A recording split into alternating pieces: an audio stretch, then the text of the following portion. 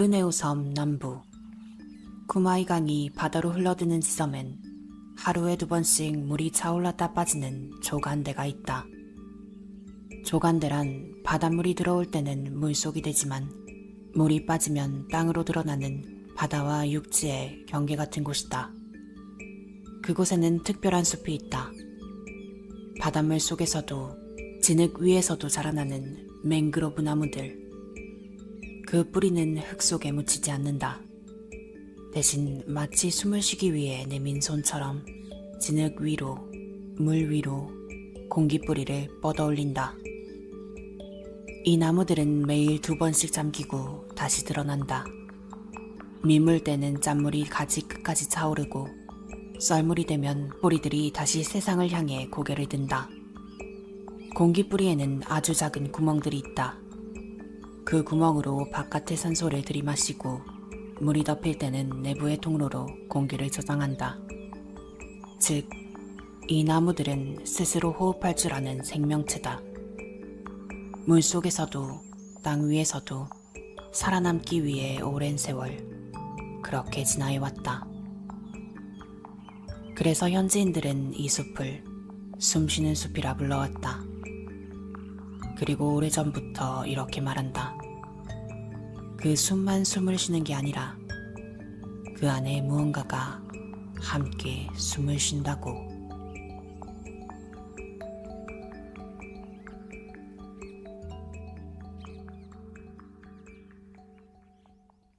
내가 인도네시아의 수도 자카르타의 한 대학 인류학과 연구자였던 시절, 이 이야기는 그 시절의 내 동료였던 리안 박사의 탐사 기록에서 시작된다. 리안은 내가 인도네시아에 적응하면서 많은 도움을 준 동료였다. 수도인 자카르타에서 나고 자란 그는 좋은 집안에서 태어나 좋은 교육을 받은 엘리트층에 속해 있었다. 그럼에도 그는 겸손하며 세속적이지 않은 사람이었다. 외국인이었던 나를 동료로서 따뜻하게 받아들이고 그 시절에 내 서툰 인도네시아어를 좀 더 현지인처럼 교정해줬다. 어느 깎기리마가 제일 깨끗하고 맛있는지 알려준 것도 그였다. 그 역시 인류학자였고 인류학자라면 의뢰 그렇듯 미지의 지역으로 떠나는 탐사를 좋아했다. 어느 날인가 그는 보르네오 남부의 맹그로브 숲으로 탐사를 떠났다. 밀물 환경에서의 원시어 사용 부족 조사라는 주제를 가지고 칼리만탄으로 향했다. 즉, 그곳에 아직도 고유 언어를 사용하는 부족이 있다는 보고를 확인하는 것이었다. 리아는 출발 전 내게 이렇게 말했다. 그 숲은 이상하대. 물이 들어올 때마다 나무뿐 아니라 사람도 함께 숨을 쉰다고 해. 나는 그 뜻모를 말을 웃으며 넘겼다. 하지만 나중에 그가 남긴 탐사 기록을 처음 읽었을 때 그 말이 단순한 농담이 아니었다는 걸 깨달았다. 그가 사라진 건 탐사 시작 사흘째 밤이었다. 사실 사흘째였는지 나흘째였는지 알 턱은 없다. 기록이 3일째 뿐이었으니 그렇게 추측할 뿐이다. 팀원 4명 중 단 1명만이 자카르타로 돌아왔다. 그는 혼자 작은 배를 타고 흙탕물 위를 떠다니다 발견됐다. 그 생존자는 구조 직후 말을 잃었고 숨을 구르듯 천천히 후 하고 숨을 내쉬기만 했다. 의사들은 그걸 단순한 트라우마 반응이라 했지만 그의 호흡은 이상하리만큼 리듬감이 있었다. 며칠간 병원에 입원한 뒤 그는 단 한 문장만을 적었다. 그들은 숨으로 말하고 우리의 말을 먹는다. 그의 목에는 보르네오 특유의 맹그로브 뿌리 모양 문신이 새겨져 있었다. 그러나 그것은 잉크가 아니라 피부 아래에서 자라난 실제 혈관이었다.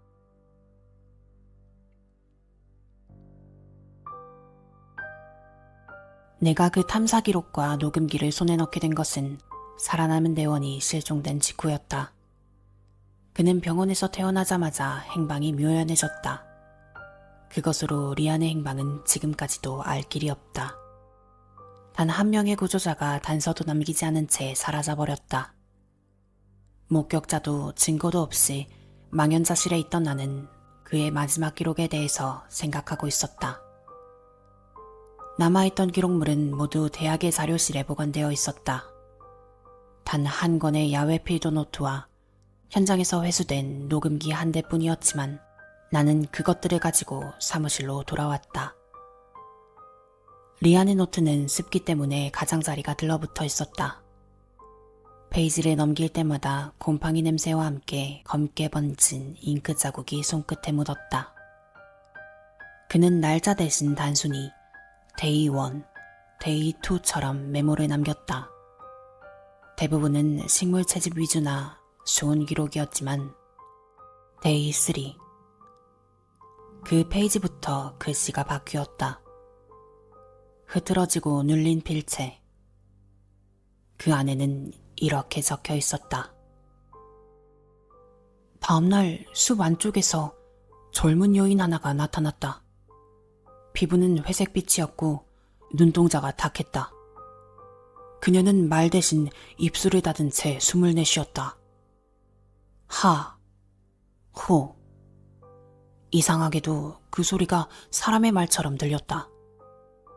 나는 그 패턴을 분석해봤다. 그건 단순한 호흡이 아니라 음절이었다. 그녀가 남긴 마지막 호흡은 이렇게 들렸다.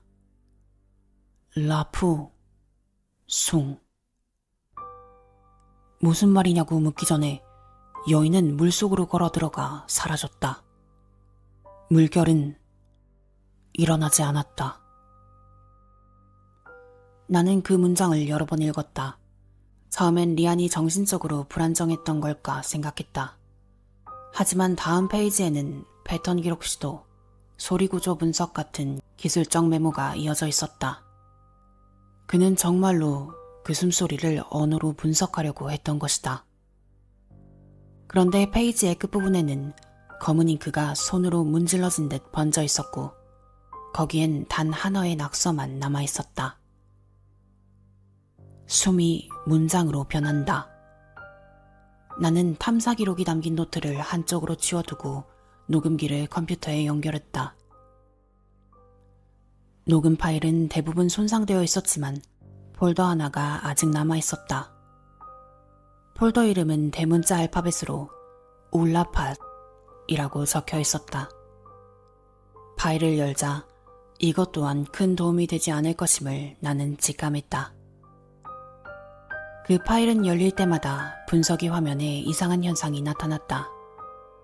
파형이 사람의 얼굴처럼 일그러졌다가 마지막에 다음 음절이 남았다.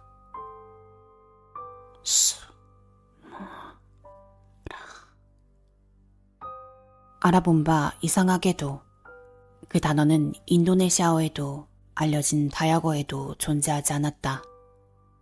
사실은 바람도 물소리도 아니었다.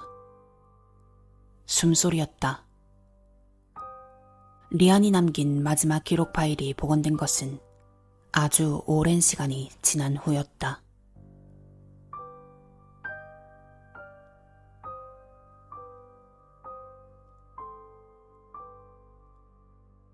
시간이 흘러 리안이 사라진 지도 어느새 10여 년. 그리고 그가 남긴 녹음 파일은 오랫동안 아무도 해독하지 못한 채 대학 서버 속에 잠들어 있었다. 그런데 몇 해 전 새로운 음성복원 AI가 개발되었다. 나는 그 기술을 이용해 리안의 녹음 데이터를 복원했다. 기계는 잡음과 바람 소리를 걸러내고 남은 리듬을 언어로 변환해냈다. 화면에 한 줄씩 문자가 찍혀 나왔다. 하, 호, 라프, 숭. 나는 그 단어를 보는 순간 오래전 리안의 노트가 떠올랐다. 그가 마지막으로 기록했던 그 여인의 숨.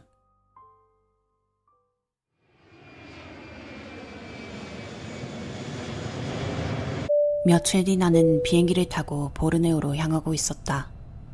그간 리안에 대한 많은 추억들이 스쳐 지나갔다. 인터넷과 서적, 현지에 가본 사람들의 이야기를 바탕으로 사전조사를 한 뒤 나는 계획을 세웠다. 드론과 카메라, 녹음기 등 여러 가지 것들을 챙겨서 앙칼람분까지 갔다. 그곳에서 차를 타고 40여 분을 더 달렸다.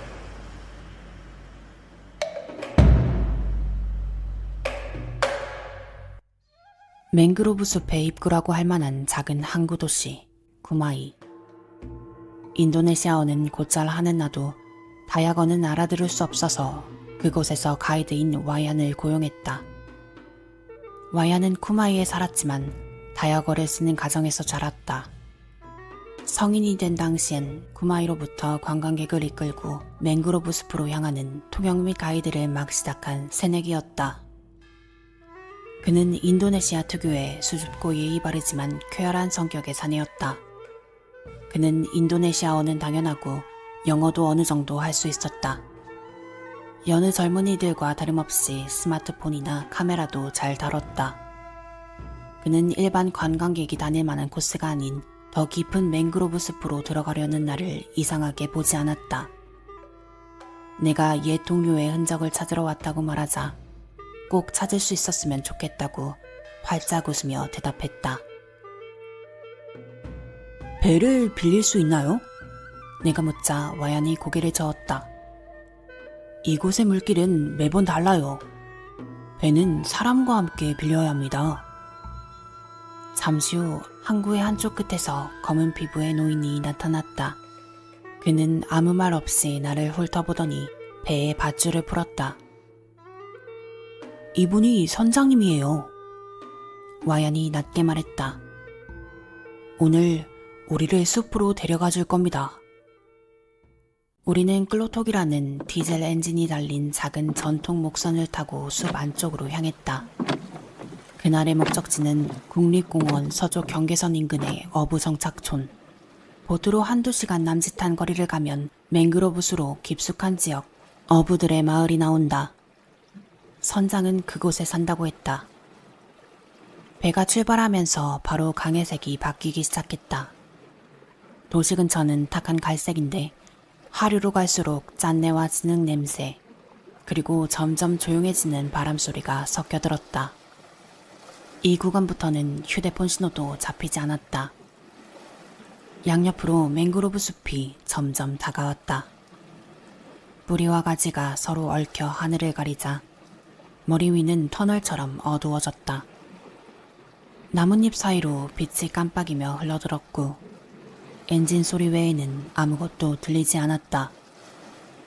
그즈음이 되어서야 마을이 모습을 드러냈다.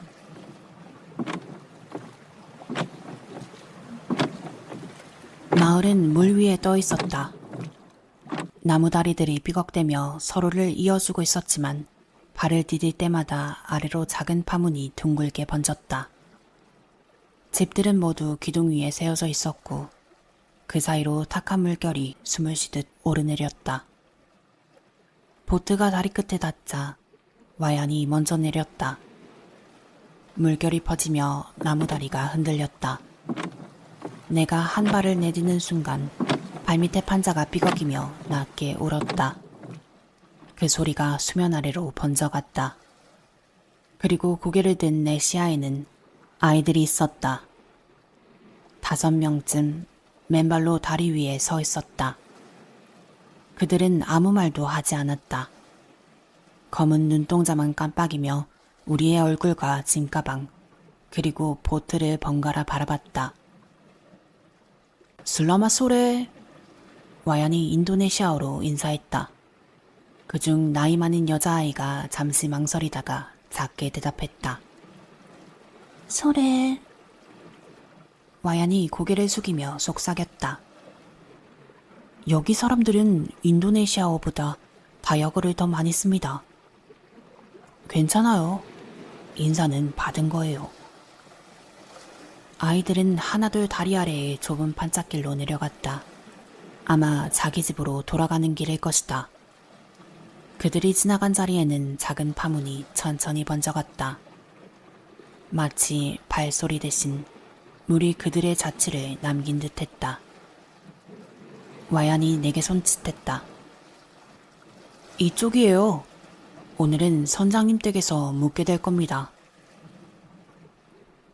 마을 안쪽으로 걸어 들어가자 집마다 작은 전구 하나씩이 희미하게 빛났다. 어디선가 발전기 소리가 웅웅 울렸고 그 위로 새들의 울음 같은 게 섞여들었다. 여기는 10시면 전기가 끊겨요. 와얀이 말했다. 그럴 때면 숲이 더 조용해집니다.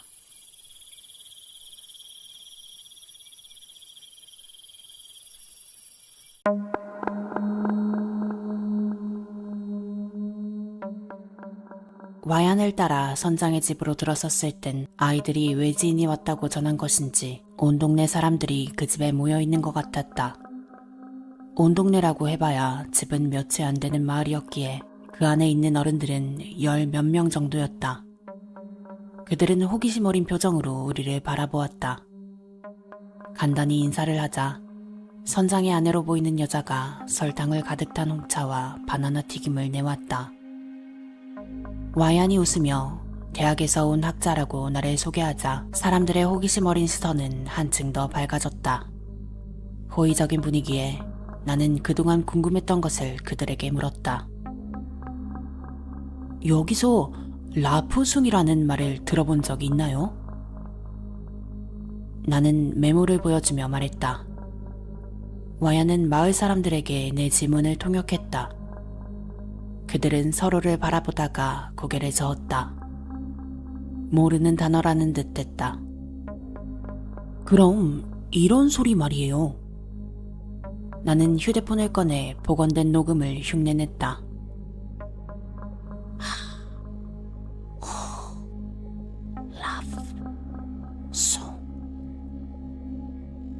그 순간이었다. 사람들이 움직임을 멈췄다. 아이도 노인도 모든 사람들이 모두 숨을 멈춘 듯 그대로 굳어 있었다. 공기 속에서 소리 자체가 사라진 것처럼 느껴졌다. 바람도 멎은 듯했고 나뭇잎조차 흔들리지 않았다. 왜 그래요? 내가 물었다. 와얀은 당황한 듯 사람들을 돌아보며 다시 물었다.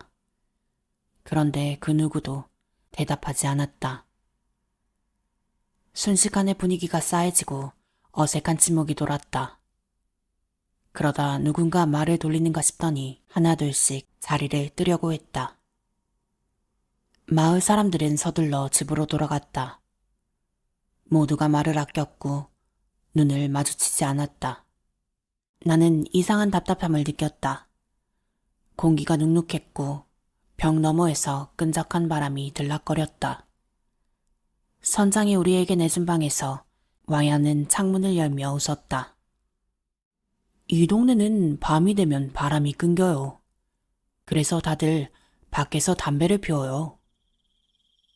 우리는 선장의 집 앞 평상에 앉았다. 평상이라기보다 물 위로 조금 돌출된 나무 데크에 가까웠다. 발밑 틈새로 물이 반짝였다. 파도는 없었지만 아주 가끔 불빛이 수면 위로 번지며 마치 물속에서 또 하나의 불이 켜지는 듯했다. 불빛은 희미했고 멀리선 닭 오는 소리가 희미하게 들렸다. 그때 골목 어귀에서 아이들 몇이 고개를 내밀었다. 5살쯤 되어 보이는 꼬마들이었다. 그들은 수줍게 웃으며 가까이 다가왔다. 나는 가방을 뒤져 껌이랑 사탕을 꺼내 나누어 주었다. 작은 손들이 반짝이며 내 손을 잡았다. 잠시 후 그중 한 아이가 조심스럽게 말했다. 와얀이 그 말을 들으며 나를 바라봤다. 이 애가 이야기를 해주겠대요. 아이의 목소리는 낮고 또렷했다. 마치 어른의 말을 외우듯 천천히 이어졌다. 와얀은 그것을 한 문장 한 문장 통역해 주었다. 쿠마이강 상류에는 관광객이 거의 찾지 않는 오래된 맹그로브 숲이 있다. 그것은 호탄 루마라 불리지만 예전 마을 사람들은 그곳을 호탄 양버르나바스, 즉 숨쉬는 숲이라고 불렀다고 한다. 옛날에는 여기서 강을 따라 더 깊이 올라간 곳에 올라팟이라는 작은 어촌이 있었대요. 밤마다 새우 잡으러 간 어부들이 가끔 사람 목소리 같은 물소리 혹은 바람 소리를 들었다고 해요. 그 목소리는 늘 미물때 수면이 나무 뿌리를 덮을 무렵 들렸대요. 처음엔 장난인 줄 알았는데 어떤 날에 한 청년이 새벽까지도 돌아오지 않더래요. 나중에 발견된 그 사람의 배는 숲 뿌리 사이에 걸려 있었는데 배에서 떨어져 물에 빠졌던 건지 그의 몸도 뿌리에 얽혀 있었대요. 마치 숲이 직접 그를 붙잡은 것처럼. 거기서 그가 잠시 말에 멈췄다. 그것이 그 이야기 결말은 아닌 것 같아서 나는 그를 재촉했다. 그는 불길해하는 표정으로 슬쩍 곁눈질로만 주변을 둘러보더니 이어서 말했다. 시체의 얼굴이 물 위를 향하고 있지 않더래요. 아래를 향하고 있었대요. 처박힌 것처럼 거꾸로 서 있었다고. 아이들의 눈동자는 어두운 밤 속에서 반사된 듯 빛났고 입가엔 이상한 미소가 번졌다. 나는 와얀을 바라봤다. 그건 진짜 있었던 일이에요? 와얀은 어깨를 으쓱 하고 말했다. 그거야 모르죠. 이제 방금 들은 얘기고 저도 이 마을 사람은 아닌걸요. 그는 담배를 꺼버리고 조용히 일어섰다. 오늘은 일찍 들어가시죠. 섬뜩한 이야기를 들어버렸다고 생각하며 우리는 자리에서 일어섰다. 그리곤 다시 미적지근한 선풍기 바람이 흘러오는 방으로 들어가 누웠다. 하지만 아이의 이야기가 신경 쓰였다. 올라팟? 올라팟이라는 마을이라고? 나는 한동안 그 단어를 기억해내지 못했다. 그러다 퍼뜩 떠올랐다. 리안이 남긴 녹음 파일의 제목. 올라팟.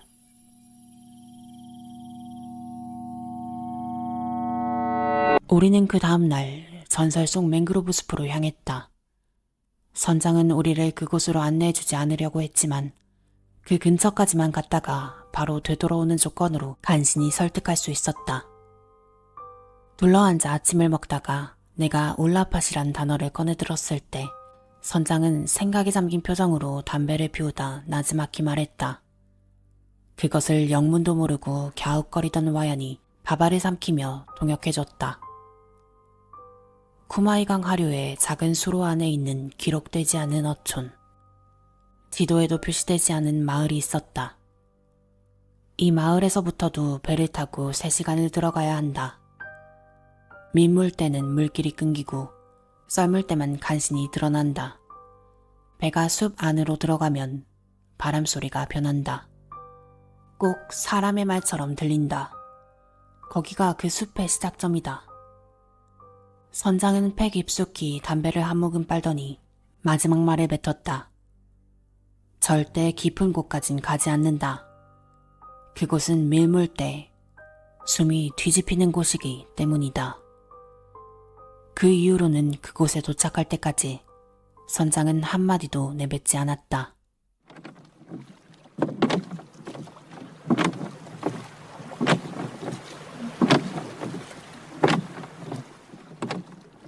더 이상은 못 간대요. 선장은 노래 멈췄고 와야는 조금 불안해 보였다. 앞쪽은 수심이 얕아져 공기 뿌리들이 수면 밖으로 드러나 있었다. 배로는 더 이상 전진하지 못할 것 같았다. 땅을 디디고 서면 물이 내 허벅지 정도까지 올 만한 수심이었다. 그것을 보고 내가 할 행동을 예측했는지 와연이 재빨리 말했다. 여기부터는 썰물길이에요. 밀물 오면 순식간에 잠깁니다. 하지만 나는 그의 만류에도 뿌리 사이에서 희미하게 반짝이는 무언가를 보며 말했다. 잠깐만 다녀올게요. 와연이 배 밖으로 발을 내디디려는 내 팔을 붙잡았다. 선생님, 그건 길이 아니에요. 그럼 저 빛은 뭐죠? 나는 몇 미터 앞에서 수면에 반짝이는 것을 가리키며 물었다. 그때 숲이 숨을 쉬었다.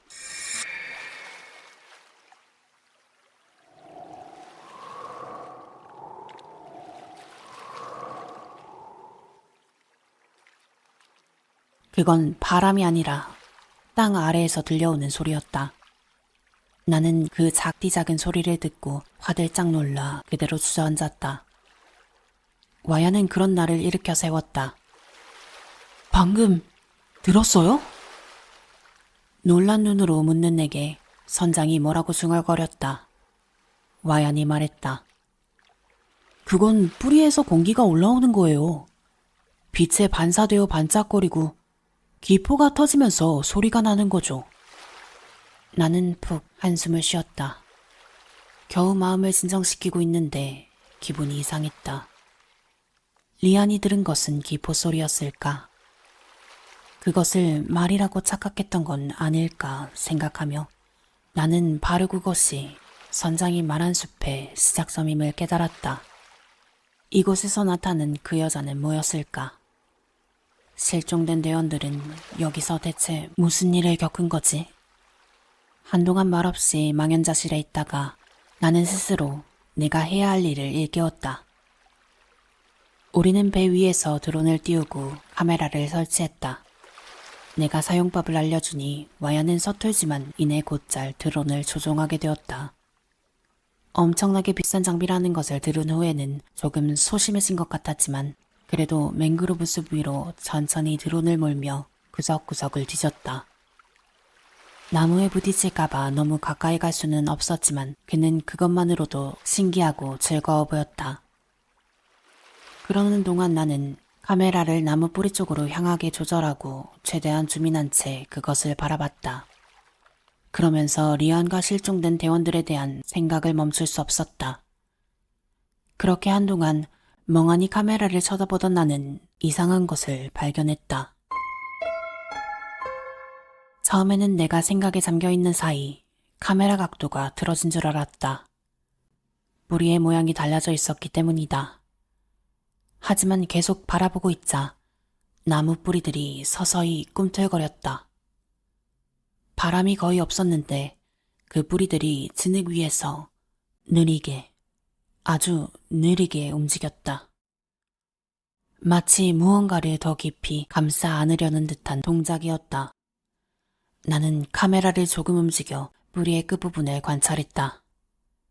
그 끝에는 진흙 속에서 사람의 손가락 같은 무언가가 자라나는 모습이 보였다. 그 손가락들은 서로를 향해 뻗어가며 서로 얽히고 끝내는 뿌리로 변해갔다.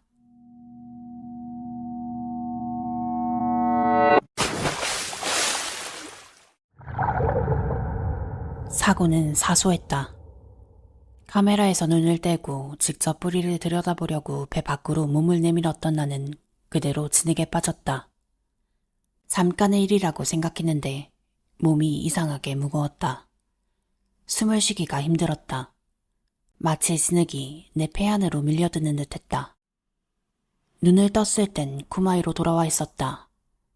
병실 창문 밖으론 달빛이 밝은 밤이 내려와 있었다. 와야는 내 곁에 앉아 있었다. 그는 아무 말 없이 내 노트북 화면을 바라보다가 천천히 내가 쓰러진 이후의 일을 전했다. 진창에 빠진 나를 구한 것은 선장이었다. 나는 온몸이 진흙 범벅일 뿐 외상은 없는데도 계속 정신을 차리지 못했다고 한다.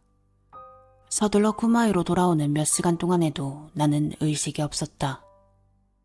아주 고맙게 와야는 그 난리통에도 침착하게 드론을 회수해왔다. 고가의 장비였던 것은 둘째치고 그 안에는 내가 여기까지 온 이유가 담겨 있었다. 와얀이 구한 것은 바로 그것이었다. 영상을 보시겠어요? 와야는 내 쪽으로 노트북 화면을 돌리며 말했다. 나는 머뭇거리며 영상을 재생했다. 그 풍경은 장관이었다. 드론이 천천히 상승하자 숲의 전경이 드러났다. 나무들이 수직으로 뻗어있는 게 아니라 뿌리들이 거미줄처럼 서로 얽혀있고 수로는 검은 실 같은 곡선으로 숲 사이를 갈랐다. 위에서 본 맹그로브는 나무가 아니라 서로 맞닿은 혈관 같았다. 뿌리와 가지는 서로 이어져 검은 물 위에 거대한 무늬를 그렸다. 물이 빠진 자리에 남은 건 땅이 아니라 살아있는 문이었다. 드론은 한동안 그 광경을 보여주며 높게 날다가 조금씩 내려와 나무 하나하나를 훑어볼 수 있을 만큼 가깝게 내려왔다. 카메라는 몇 분 정도를 나무 위로 천천히 비행하며 지나갔다. 그러다 비행이 조금 흐트러지는 순간이 왔다. 그 즈음 내가 배 밖으로 떨어졌을 것이다. 드론이 방향을 바꿔 배 쪽으로 돌아오는데 화면 끝에 살짝 스치는 것이 있었다. 거기서 나는 재빨리 영상을 멈추고 조금 앞으로 당겼다. 드론이 중심부에 거대한 맹그로브 나무를 비추었을 때 나는 그 장면을 클로즈업해서 들여다보았다. 인적이 없는 오지 맹그로브 숲의 한 귀퉁이. 그 위에는 문명의 산물이 있었다. 나뭇가지 끝에 걸린 사람의 신발 3켤레. 색이 바래고 흙이 굳어 있었다. 마치 나무가 그 신발을 신는 듯한 모습이었다. 그리고 그중 한 켤레는 분명 리안의 신발이었다.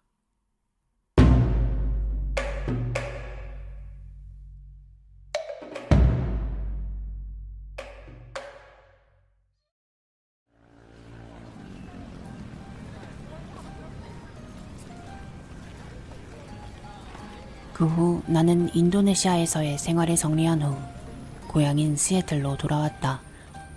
그것이 벌써 2년 전의 일이고 지쳐있던 나는 돌아온 해에 안식년을 갖기로 했다. 그 무렵부터 나는 꼭 맹그로브 숲이 아니더라도 인적이 뜸한 숲이나 호숫가 등은 가지 못하게 되었다. 그러다 인도네시아에서는 맞이할 수 없는 어느 추운 겨울, 라디에이터 옆에 딱 붙어서 책을 읽고 있던 나는 와얀으로부터 한 통의 메시지를 받게 되었다. 메시지는 안부와 근황, 그리고 그가 알아낸 그곳의 또 다른 전설 하나를 담고 있었다. 전설에 따르면 오래전 올라판 마을은 강이 바뀌면서 몽땅 물에 잠겼다고 한다. 그때 살아남은 자들은 물속에서도 숨을 쉬는 법을 배웠다. 그들의 후손은 여전히 맹그로브 아래에서 살고 있다고 믿는 이들이 있다. 단지 지금은 말 대신 숨으로 의사를 전하는 존재가 되었을 뿐이라고. 그래서 그곳의 사람들은 매물 때 절대 소리내어 이름을 부르지 않는다. 그 숲이 사람의 숨소리를 기억한다는 뜻모를 믿음 때문에. 리안이 만난 여자, 숨결 같은 단어, 실종된 대원들, 나무 위의 신발, 그리고 전설. 나는 지금도 그들에게 무슨 일이 벌어졌던 건지 알지 못한다. 하지만 이 한무더기의 단어들의 나열에서 나는 그것을 짐작하고만 있을 뿐이다.